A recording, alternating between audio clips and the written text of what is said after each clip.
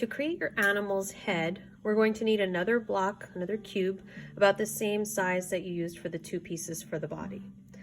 So what we're going to do first, we're going to paddle out the corners the same way that we did on the first two pinch pots. This pinch pot is going to be similar for the beginning steps, and then we're going to do one different step at the end. Once you have your corners kind of rounded enough, you can put a little bit of slip on your hands or water, and you can kind of do the meatball, round it out by cupping your hands and hitting the clay, rotating it different directions to try to round it out nicely. It doesn't have to be a perfect sphere, but usually people say that the nicer your sphere looks before you start, the nicer your pinch pot will look when you're finished. Okay, any little cracks we can just swipe over.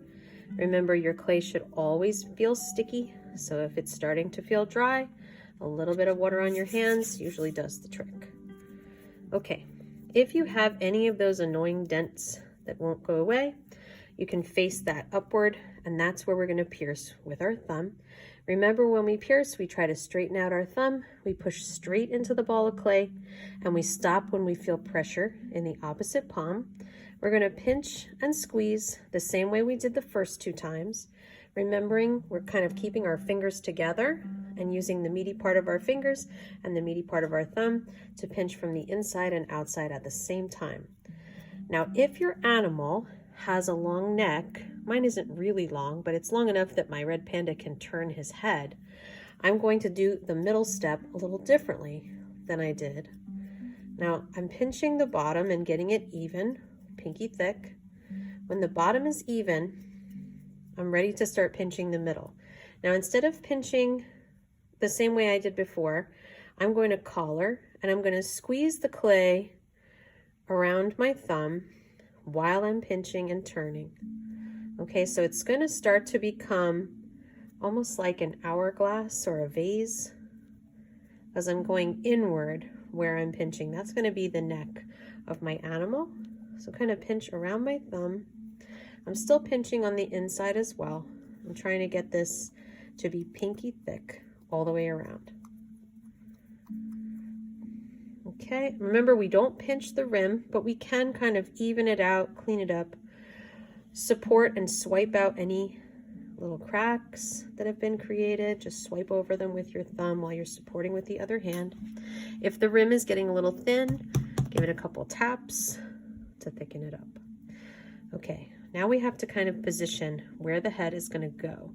Now my animal is turning his head, so look what I'm going to do. I'm going to start to fan this out a little bit on this side, so it starts to look like its head is turning. I'm going to widen it a bit to get him turning his head kind of to the right. Well, our left, his right. Making sure it lines up all the way around. Now, if I were to just attach this like that, I'm going to create a huge air pocket. So I don't want to do that. Instead, I want to see, where is this lining up? I'm going to take my wood stick and I'm going to just trace lightly, very lightly, just to get an outline of where this is going to connect. Okay, so where I've traced that kind of circle, that's where I'm going to now take my wood stick. I'm going to draw a circle. This is the hole we're going to carve to make sure that the air breathes all the way through. Carefully, I'm going to take my pin tool. Let's put this down on the table so my hand is not underneath the sharp needle part. So push the needle tool into the clay and then rotate around. I want to carefully do this to cut that piece out, kind of wiggle it out of there. Okay, at this point, when this is open, you can kind of feel, how did I do when I connected these two pinch pots? You know, is it hollow on the inside? Check inside, make sure it is.